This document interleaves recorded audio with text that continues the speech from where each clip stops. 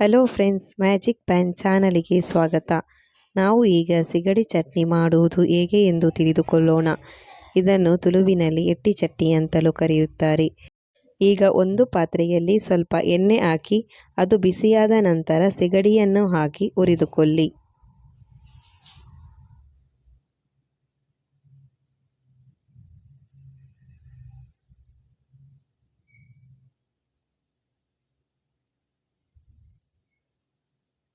ಈಗ ಒಂದು ಮಿಕ್ಸಿಯಲ್ಲಿ 4 ರಿಂದ 5 ಒಣಮೆಣಸು ಮತ್ತು 1 ಸ್ಪೂನ್ ಕೊತ್ತಂಬರಿ ಹಾಕಿ ಹುಡಿ ಮಾಡಿಕೊಳ್ಳಿ.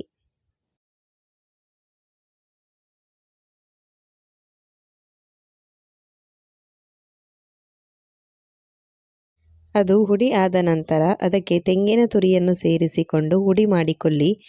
ಇದಕ್ಕೆ ನೀರು ಸೇರಿಸಬಾರದು, ಇದನ್ನು ನೀರು ಸೇರಿಸಿಕೊಳ್ಳದೇನೆ ಗ್ರೈಂಡ್ ಮಾಡಿಕೊಳ್ಳಬೇಕು.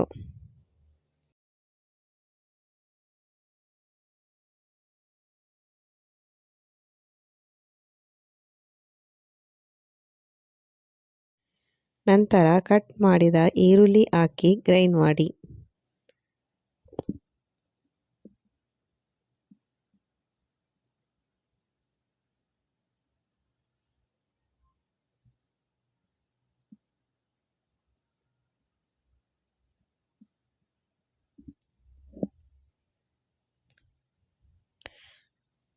ಅದು ಗ್ರೈಂಡ್ ಆದ ನಂತರ ಈಗ ಸಿಗಡಿಯನ್ನು ಸೇರಿಸಿಕೊಳ್ಳಿ.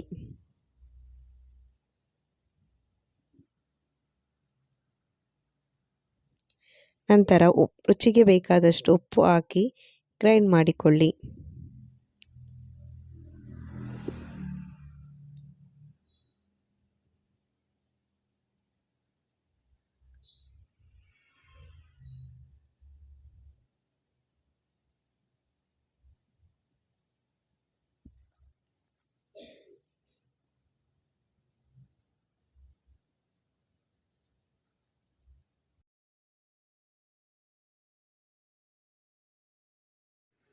ನನ್ನ ಈ ಪುಟ್ಟ ವಿಡಿಯೋ ವೀಕ್ಷಿಸಿದ್ದಕ್ಕಾಗಿ ಧನ್ಯವಾದಗಳು.